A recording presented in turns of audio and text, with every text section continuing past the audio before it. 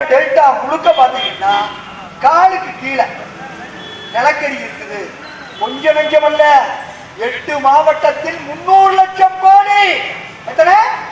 300 லட்சம் கோடி. தமிழ்நாட்டுக்கு பட்ஜெட் இந்த வருஷத்துக்கு 3 லட்சம் கோடி தான்.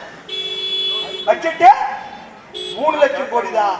ஆனா காலுக்கு கீழே 300 லட்சம் கோடிக்கு நிலக்கரி இருக்குது.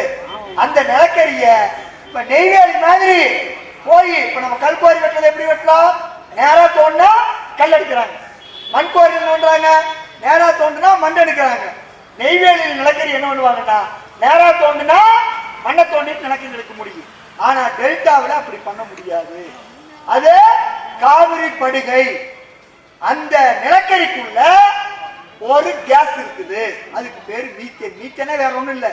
நீங்க வீட்டுல கேஸ் அடுப்புல பயன்படுத்துறீங்கல்ல, அதுதான் மீத்தேன்.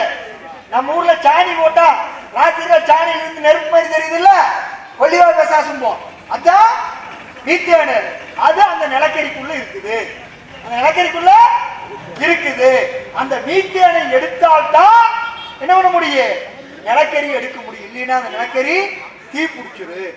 அப்படிங்கிறதுக்காக பூமிக்கு கீழே எத்தனை மீட்டர் ஆகும்? 10 கிலோமீட்டர்.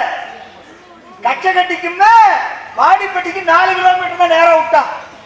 ஆனா குழி எத்தனை மீட்டருக்கு? 10 கிலோமீட்டருக்கு போட்டு அந்த கேஸ் எல்லாம் முதல்ல மேலே இருக்கிற கேஸ் ஒண்ணு மீத்தேன், அதுக்கு கீழே வண்டல் மண்ணுக்குள்ள இருக்கிற ஷேல் கேஸ் அப்படிப்பாங்க, அதெல்லாம் எடுத்து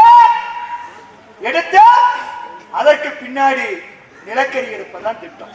அதுக்காகத்தான் கர்நாடகாவில் மேகதாதுல அணை கட்டுறாங்க. பெங்களூருக்கு தண்ணி கொடுக்கணுங்கிறது அல்ல, கரண்ட் எடுக்கணுங்கிறது அல்ல. டெல்டா விவசாயி தொடர்ந்து விவசாயம் செய்யக்கூடாது. செய்யாம இருந்தாதான் விவசாயி நிலத்துக்கு வெளியே போவா.